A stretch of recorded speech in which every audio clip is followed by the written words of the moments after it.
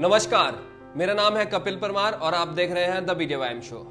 आज हम बात करेंगे कांग्रेस और चीन की प्रेम कहानी की।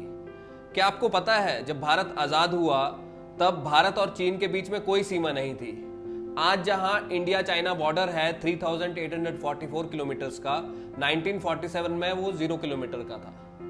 अगर भारत और चीन की सीमा नहीं थी तो भारत की सीमा किसके साथ थी? भारत की सीमा थी शिनजियांग और तिब्बत के साथ। लेकिन 1949 में सिविल वॉर के बाद चाइना ने शिनजियांग पे कब्जा कर लिया। उसके बाद 1950 में चाइना ने तिब्बत पे हमला करके उस पे कब्जा कर लिया। और जब ये सब हो रहा था तब यूएन सिक्योरिटी काउंसिल की परमानेंट सीट जो भारत को ऑफर हो रही थी, पंडित नेहरू उसे चाइना को दिलाने में लगे हुए थे।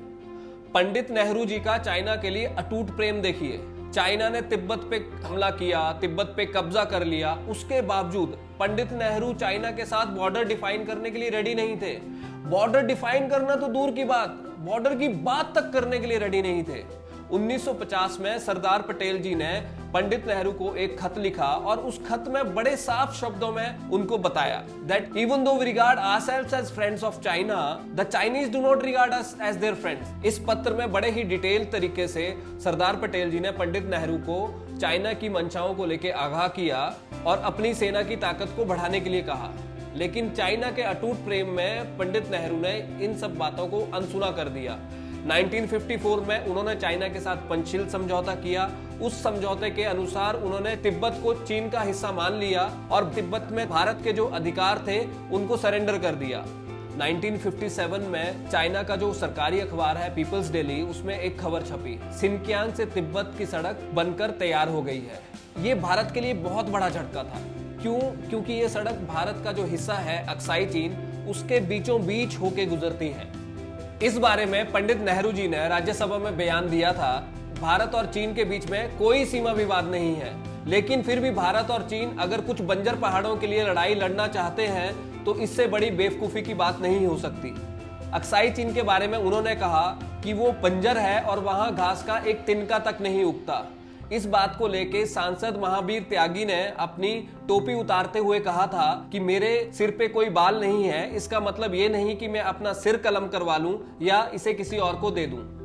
1950 में ही सरदार पटेल जी ने नेहरू जी को सेना की ताकत बढ़ाने को कहा था, लेकिन 12 साल तक चीन के अटूट प्रेम में वो इतने डूबे रहे कि उन्होंने सेना की ताकत को नहीं बढ़ाया।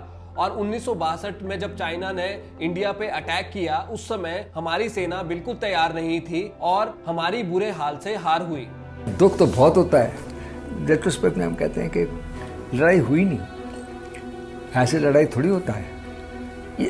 और प्लानिंग इस पर मेरे ख्याल में था ही नहीं। वो उसी वक्त वो रेकी के लिए गए थे, ब्रिगेड कमांडर और बटालियन कमांडर। चीन ने भारत के 42,000 वर्ग किलोमीटर पे कब्जा कर लिया। ये इतना बड़ा जमीन का टुकड़ा था जिस पर दिल्ली जैसे 28 शहर बसाए जा सकते थे। नेहरू जी के चीन प्रेम में हमारे लगभग 1400 सैनिक शहीद हुए, लगभग 1700 सैनिकों का कुछ पता ही नहीं चला और 4000 सैनिक युद्ध बंदी बने, जिनको बहुत सारी यातनाएं झेलने पड़ी। कांग्रेस का सालों पुराना जो प्रेम है चाइना के लिए, वो यूपीए शासनकाल में भी चलता रहा। 2008 में तो कांग्रेस ने चाइना की जो कम्युनिस्ट पार्टी है जिसका शासन है चाइना में, उसके साथ बाकायदा एमओयू किया साथ में मिलकर काम करने के लिए। आज भी जो ये कांग्रेस का चीन प्रेम है ये बरकरार है।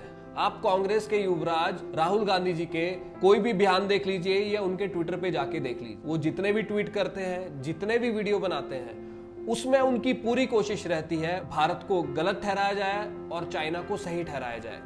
डोकलाम विवाद जब हुआ भारत और चाइना के बीच में, तब भी वो जाके चाइना के एम्बेसडर से चोरी छुपे मिले।